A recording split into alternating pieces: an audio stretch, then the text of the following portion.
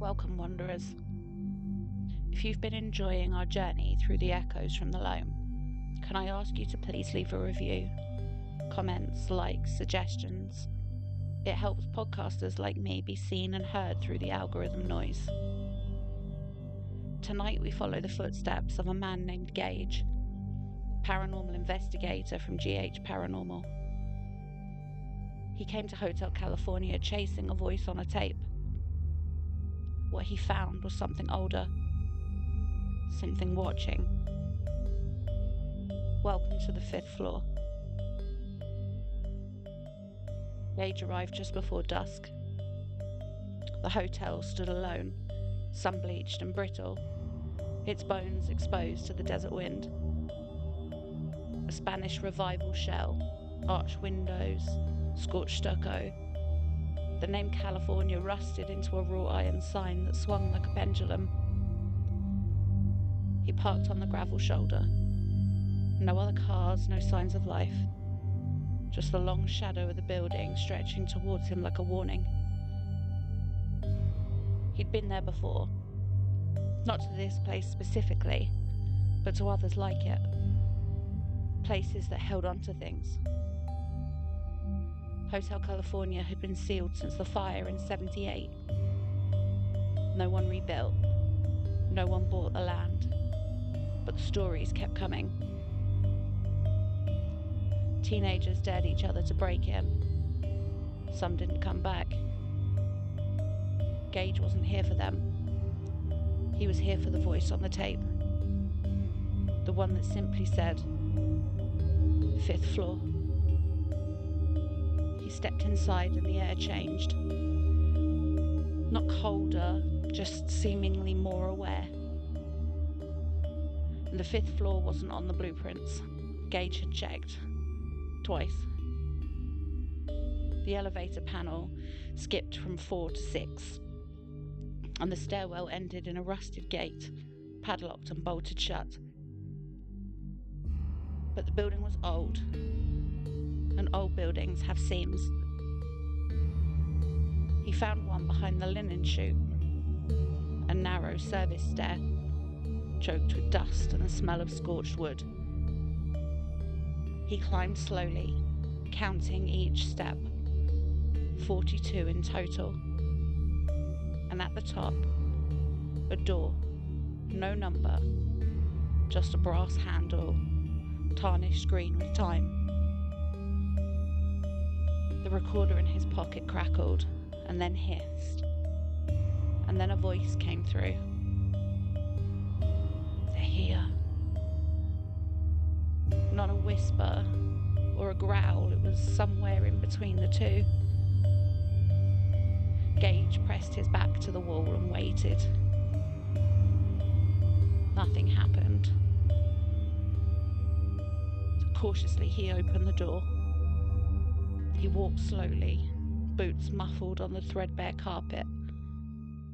Every door he passed bore the same number, 509. He stopped at the 5th one. Not because it was different, but because it wasn't. The recorder clicked again. Not you. They're coming. Gage turned, and the sound of footsteps.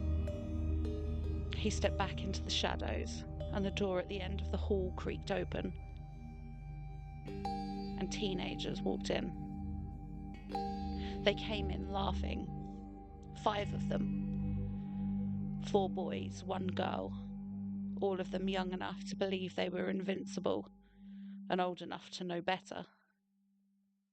They moved like they owned the place, but their eyes kept flicking to corners they pretended not to see. Gage didn't move. He stood in the shadows beside one of the many 509 doors, still and silent. They hadn't noticed him, and he didn't want them to. The girl carried a camcorder and was already filming. And one of the boys had a Bluetooth speaker tucked under his arm. playing something distorted and upbeat. The others carried nothing but their own noise. They didn't speak to each other so much as perform. One boy shouted into the dark, and another kicked at the door. The girl rolled her eyes but kept filming. They were trying to provoke something. What they didn't know was that they already had. Gage watched them move down the corridor. They opened doors at random, and each one revealed the same room. Same layout, same peeling wallpaper, same mirror cracked in the same place. No one commented on it. The girl stopped filming and stared at her reflection for a little too long.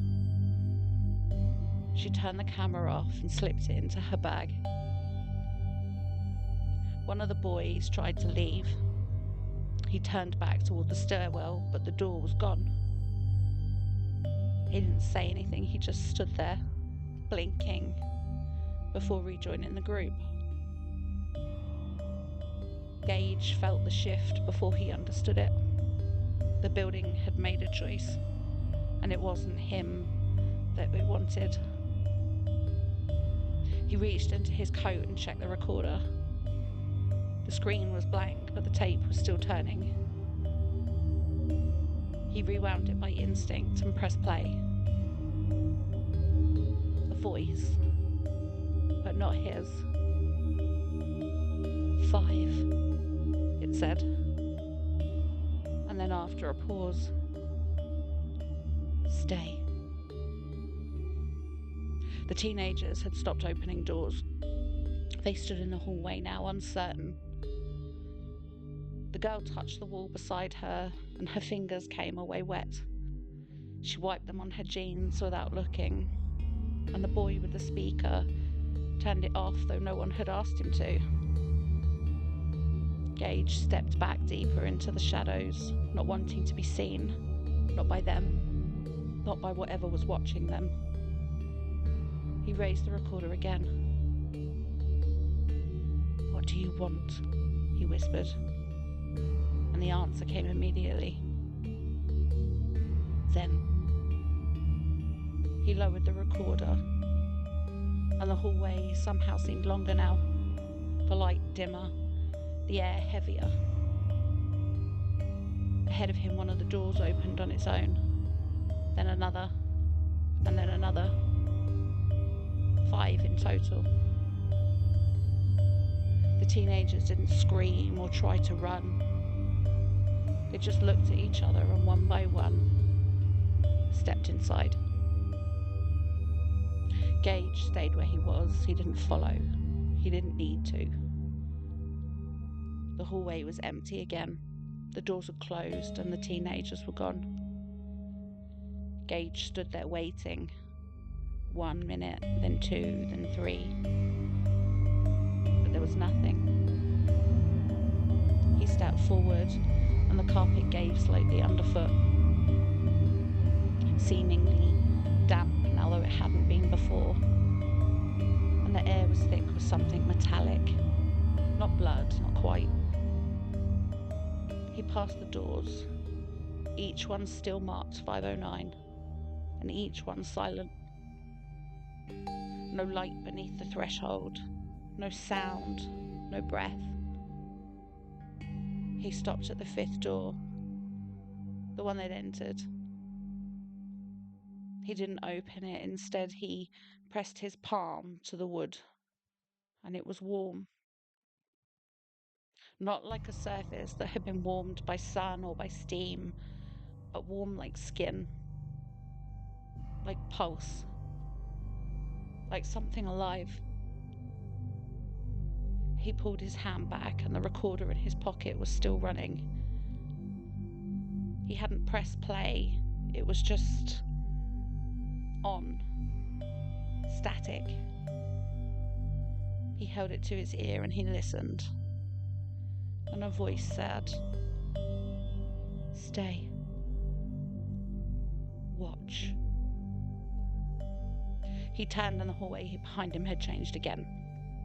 It was longer now, and the end was gone from sight. The light above him flickered, and the air didn't move, but something had definitely shifted. He was being watched. Not from the shadows, but by the walls themselves. He took a step back, and the carpet squelched underfoot.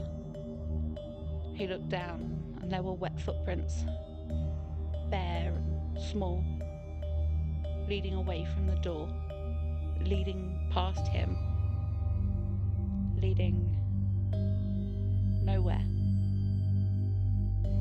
He didn't follow them. He turned back to the door, and it opened.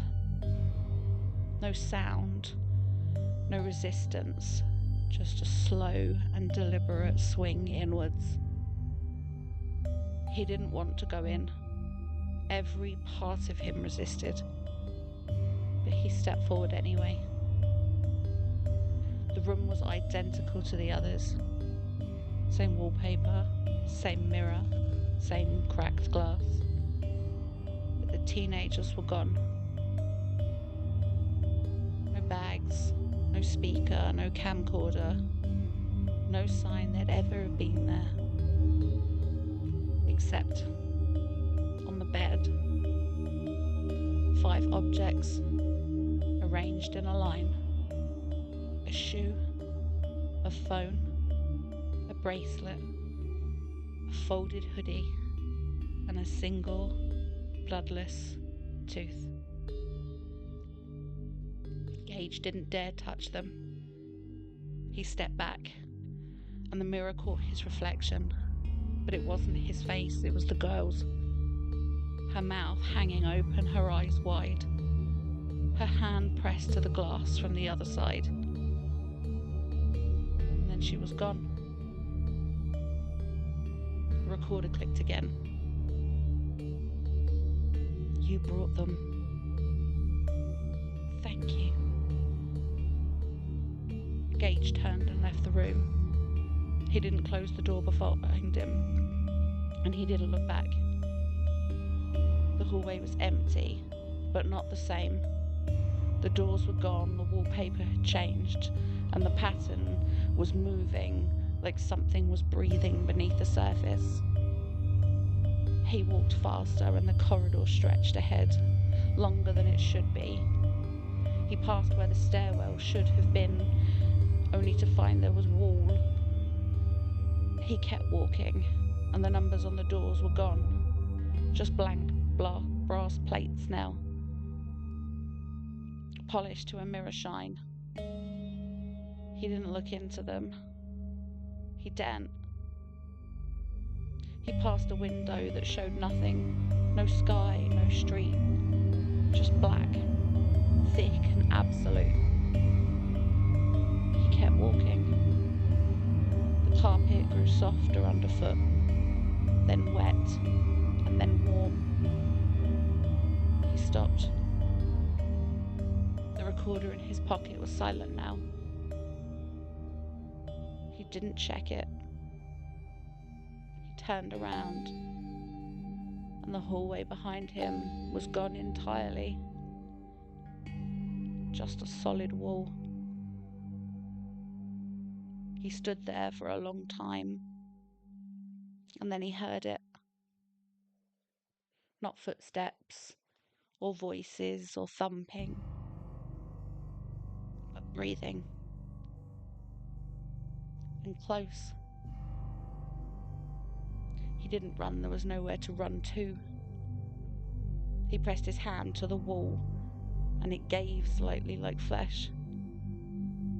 He pulled his hand back, and his palm was clean and dry, but he felt something move beneath the surface of his skin.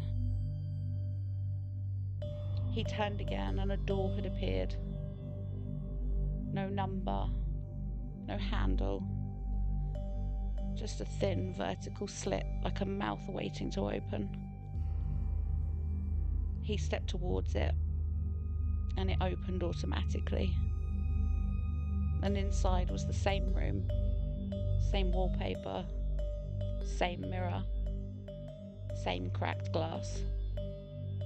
But this time, the mirror showed him. Only him. He stepped closer, but his reflection didn't move. It just watched him. Then it smiled. The door closed behind him, but there was no sound. And Gage didn't move. He only knew because the air shifted, sealed, like the inside of a lung that had just exhaled. The room was exactly the same as the others. Same peeling wallpaper, same cracked mirror, same low bed with its sunken mattress and yellowed sheets. But something was different. He stepped forward slowly, carefully. The floor felt level, but his balance was off, like the room was tilting in a direction he couldn't name. He looked at the mirror, and it showed him standing alone, pale, still, but the reflection was wrong. It blinked before he did. He stared at it, and it stared back. He raised his hand, and so did it, but not in sync. A fraction too fast or too slow, he couldn't tell which. He stepped closer. He noticed that the mirror didn't reflect the room behind him, only him, suspended in the blackness. He reached out and his fingers met the glass, cold and solid. His reflection smiled. He didn't. He turned away, faced the bed, and the 5 objects were gone. In their place, a single photograph, face down. He didn't want to touch it, but he did. He turned it over, and it was him, standing in this room, looking into that mirror. And behind him, in the photo, the girl stood in the corner, mouth hanging open, eyes pools of black. He dropped the photo, but it didn't fall. It stayed in his hand. He dropped it again and again, and it was still there. He turned back to the mirror, and now the girl was there, behind him, but in the reflection only. She didn't move or blink or speak. She just stood there, her mouth still open as if caught mid-scream. He turned to look over his shoulder, to find nothing. He turned back and she was closer. He closed his eyes tightly and the room fell silent. He could feel her breath on the back of his neck, both warm and icy cold at the same time. He opened his eyes and the mirror was completely empty. No reflection, no girl, just the room behind him. But it wasn't the room he was standing in.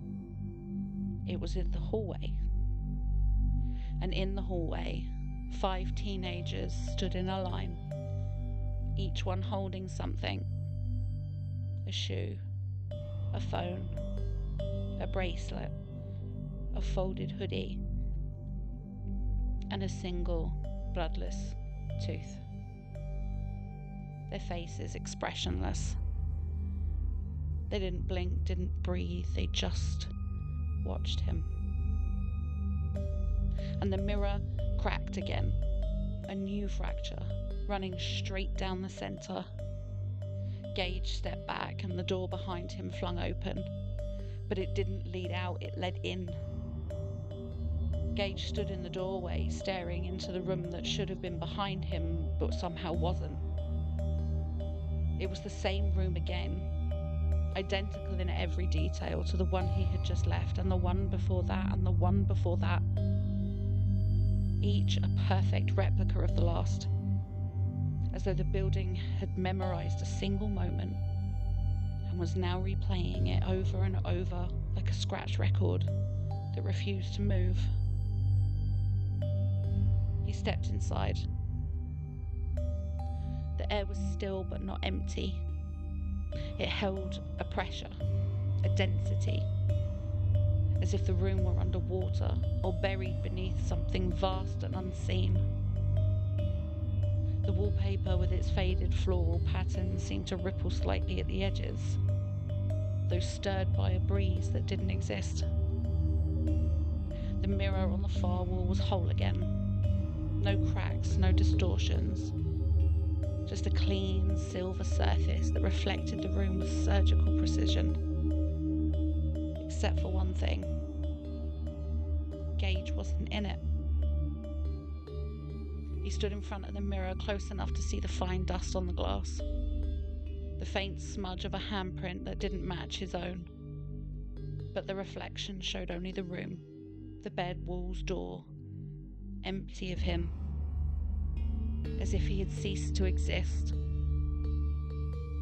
He reached out and put his fingertips on the glass. It was cold.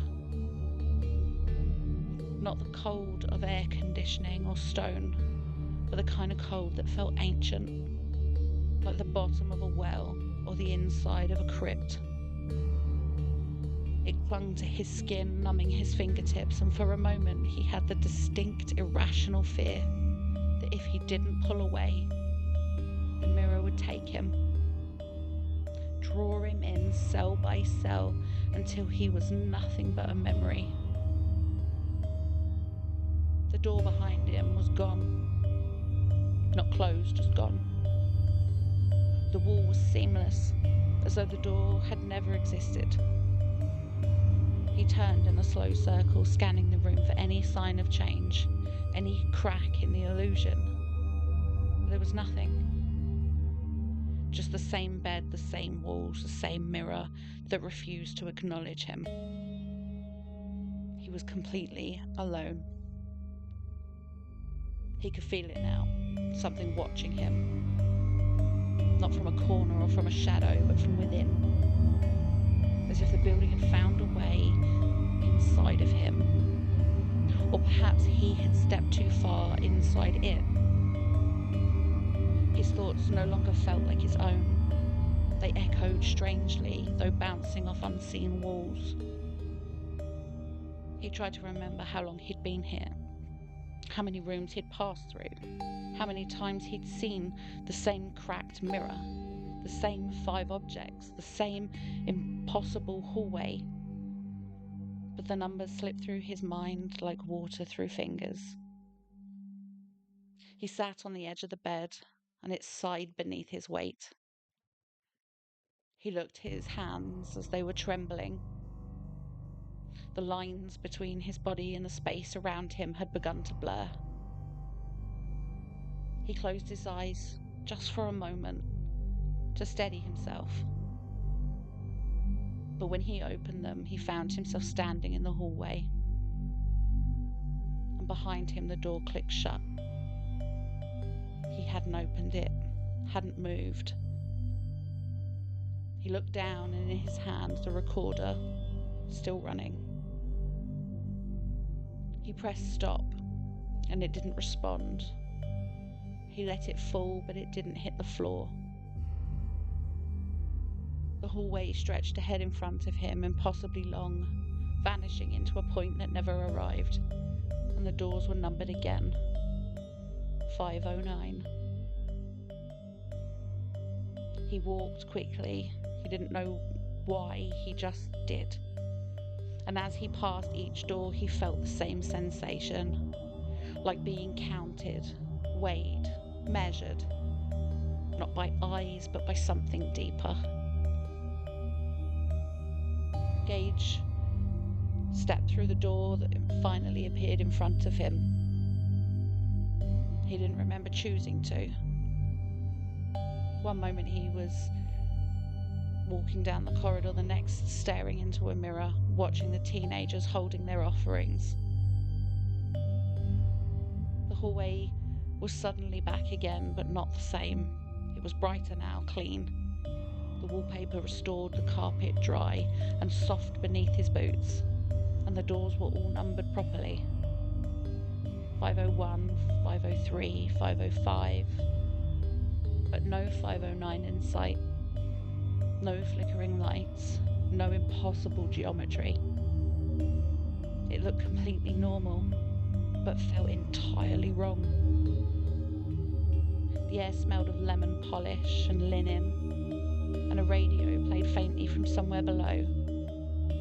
Something cheerful, something old, but he couldn't make out the words.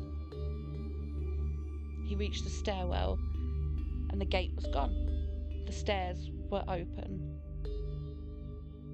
He descended one floor at a time.